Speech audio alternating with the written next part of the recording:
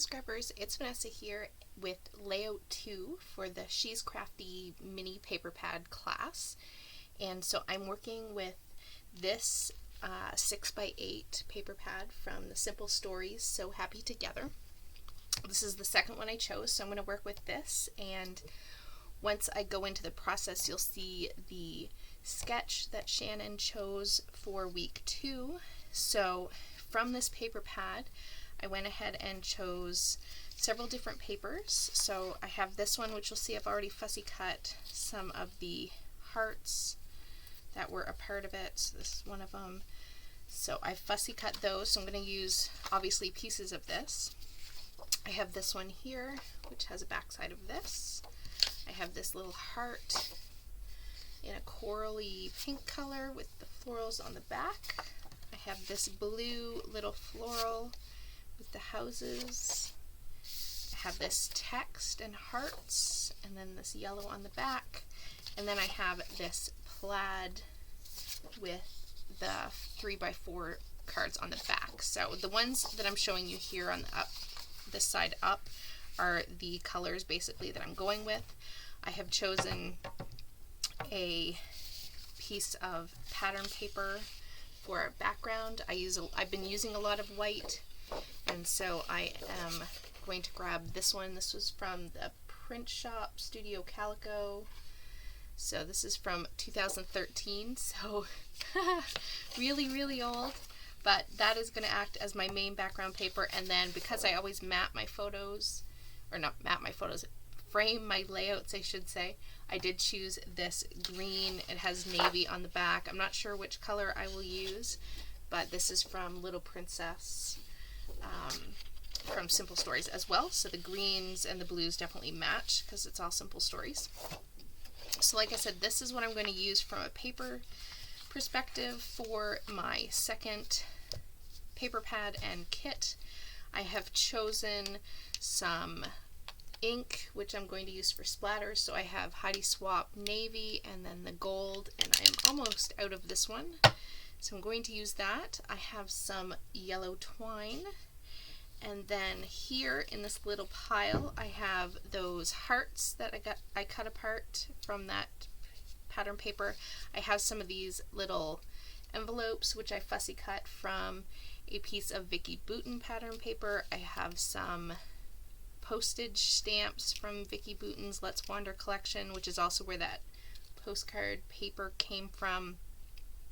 I took just some green scraps and punched out some leaves in the smaller and larger size, so I'm going to use those on this layout. So this is just some of the sort of bits and pieces that I pulled.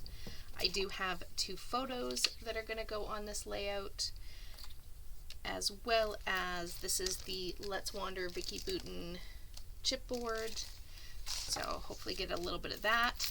I have a Freckled Fawn foam alpha and a wood grain alpha from Hip Kit Holiday Happenings. So this is one of their exclusives.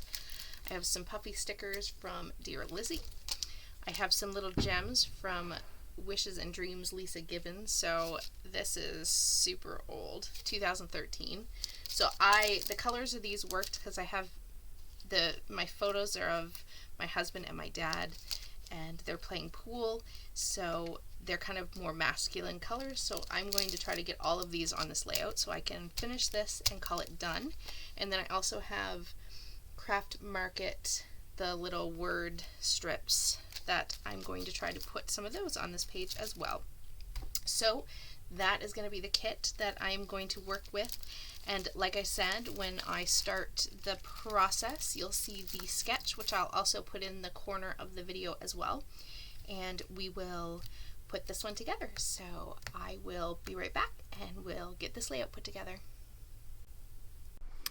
Okay, so this is the sketch that Shannon pulled for the second layout of this class.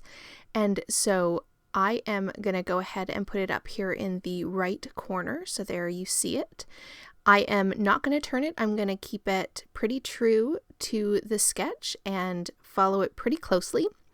Now, the first thing that I'm doing is I am just taking those 2 colors of Heidi Swap color shine that I showed you, the navy and the gold.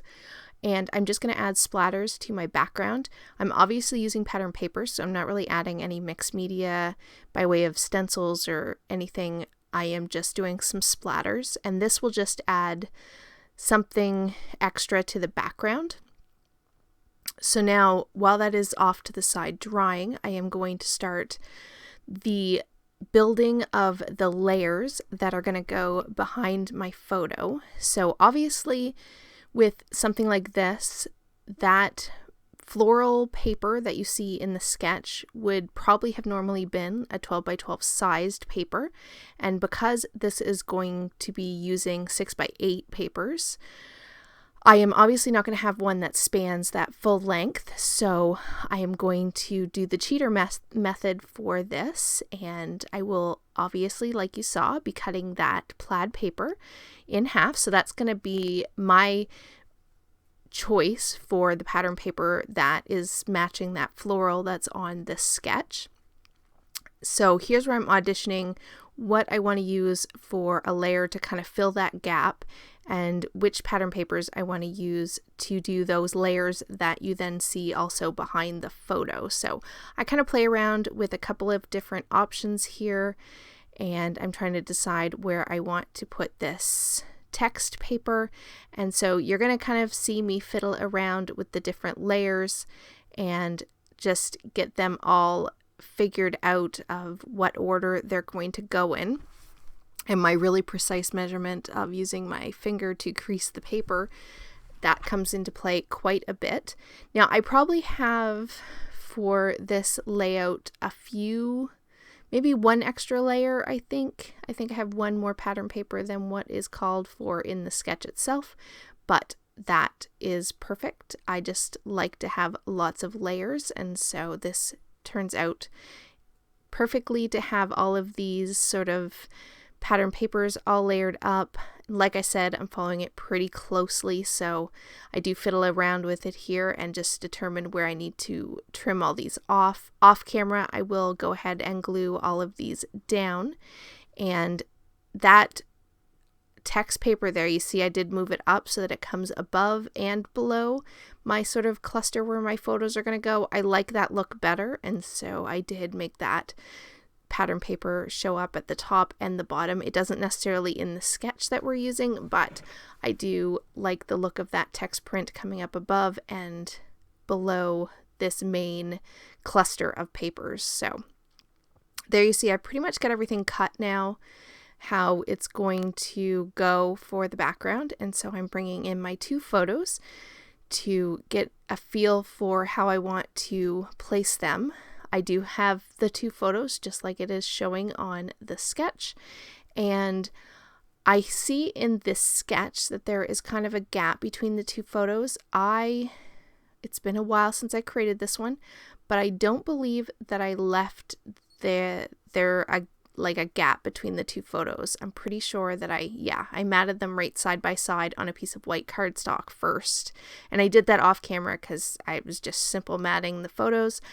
Put that down on top of that cluster base that you saw me create. And now I am taking all of those bits and pieces that I showed at the beginning of the video when I went through the kit that I put together for this page, and I'm just going to layer up and create 3 embellishment clusters. The base for each cluster is going to be one of those envelopes that I fussy cut from that Vicky Bouton pattern paper, as well as these leaves that I punched from just some green cardstock. Now you also see my background is back in, and I've glued all the pattern papers down to the background. I did end up going with the navy cardstock to frame my layout. So here are the 3 embellishment clusters that we're going to have on this page, and I am loving how this is looking. And so now that I've got those in place and I've kind of got those designed how I want them, I did decide that there is where the title is, there is that sort of banner that they have on the page. And what I decided is I wanted to add some texture, but I didn't want to do a banner.